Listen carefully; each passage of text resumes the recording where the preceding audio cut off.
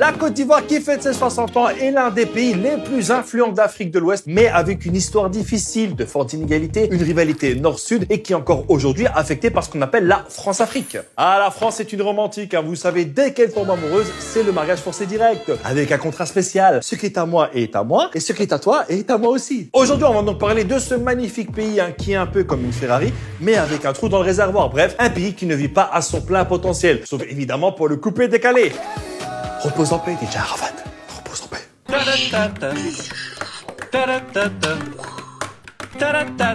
La Côte d'Ivoire est un pays de 26 millions d'habitants et surtout beaucoup d'abonnés à la chaîne. Alors fais comme eux et abonne-toi. Vas-y. En Côte d'Ivoire, il y a plus de 60 ethnies et des dizaines de langues parlées en plus du français. T'imagines 2 secondes Netflix là-bas. Tu passes plus de temps à chercher tes sous-titres qu'à regarder le film. La Côte d'Ivoire a énormément de ressources naturelles. Et là, je parle pas juste du garba ou des maquis. Hein, je te parle de café, cacao, caoutchouc, etc. Entre 1843 et 1960, là c'est la partie histoire, la Côte d'Ivoire était un protectorat puis une colonie. Et tout le monde sait que lorsque tu commences une histoire par « Il était une fois une ancienne colonie française », t'es sûr que ça finira rarement par « Et ils vécurent heureux ». À part pour les Français, évidemment. Et forcément, dès que t'avais un résistant ou un leader ivoirien qui se révoltait, il attrapait une maladie qu'on appelait la francésite, qui a comme principal symptôme la disparition. Désolé, vous avez la francésite. Non, non, non, non, non, non! La France y exploitait tranquillement le café et le cacao avec un système de travail forcé, et entre deux cueillettes, il les envoyait servir dans l'armée française. Comme on dit en latin, merarum ne sanum, qui veut dire, je pense qu'on est clair là-dessus.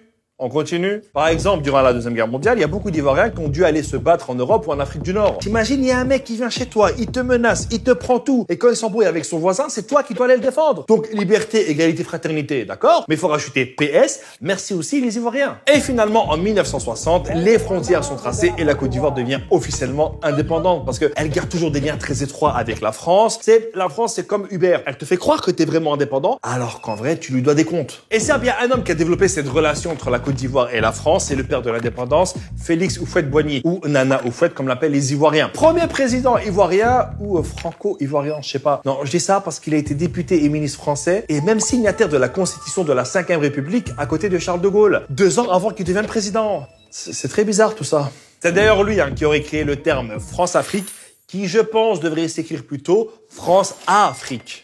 Il arrive au pouvoir, il fait un contrôle-alt-delete sur l'opposition. Je vais te dégager, vous me le bannez, lui. Et en 1961, il signe un traité avec la France disant que maintenant c'est la France qui va nous protéger. Mais vu qu'il a mis en place une politique économique qui profite aussi bien aux ethnies du Nord qu'à celles du Sud et que le PIB a été multiplié par 12, le pays s'enjaille. Résultat, en 33 ans de règne, Félix sera réélu 6 fois. Jusqu'à sa mort en 1993. Avec au passage une fortune personnelle estimée entre le PIB de la Somalie et le PIB de la République du Congo. Et là, il n'y a aucune vanne. Et depuis, t'as 3 hommes qui se sont partagés le pouvoir, Bédié, Gbagbo et Ouattara. Et le pays s'est divisé sur des notions de tribalisme nord-sud, de religion, de rejet de l'étranger et sur le concept créé d'ivoirité. Du coup, quand il y a des élections, c'est super tendu et à chaque fois que ça part en vrille, t'as la France qui intervient comme Magic System à chaque été.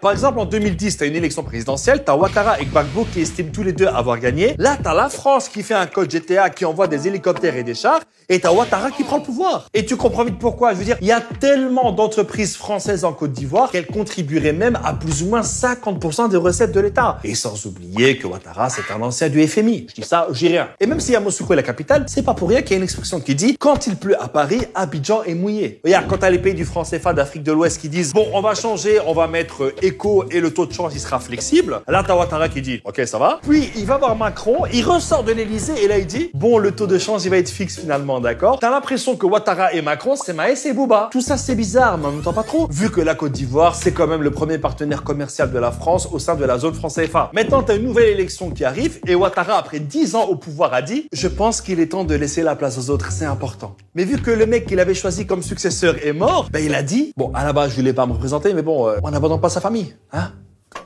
Et Gbagbo, qui a été en prison pendant 7 ans et acquitté de crimes contre l'humanité par la Cour pénale internationale, demande à rentrer, sauf qu'il a plus de passeport. Je sais pas si tu te rends compte. Le seul moyen pour cet ancien président de retourner dans son pays, c'est de demander un visa et de prendre un billet sur Go Voyage. Aujourd'hui, il y a beaucoup de chances pour que les 3 anciens présidents qui ont foutu le bordel les 30 dernières années soient candidats. Alors qu'on sait tous que c'est Didier Drogba ou Tikenja qui devrait être président. Je pense qu'il est temps de laisser la place aux jeunes et que la France devrait arrêter de rentrer dans la vie politique ou économique de la Côte d'Ivoire. Et ça pourrait commencer en rebaptisant Abidjan, le pont Charles de Gaulle ou le boulevard François Mitterrand. Je dis ça, j'ai rien. Bref, bon anniversaire à la Côte d'Ivoire. Il y a encore énormément de choses à dire sur ce magnifique pays. Et vous, que pensez-vous de la situation en Côte d'Ivoire? Vous mettez ça en commentaire et on se donne rendez-vous à la prochaine.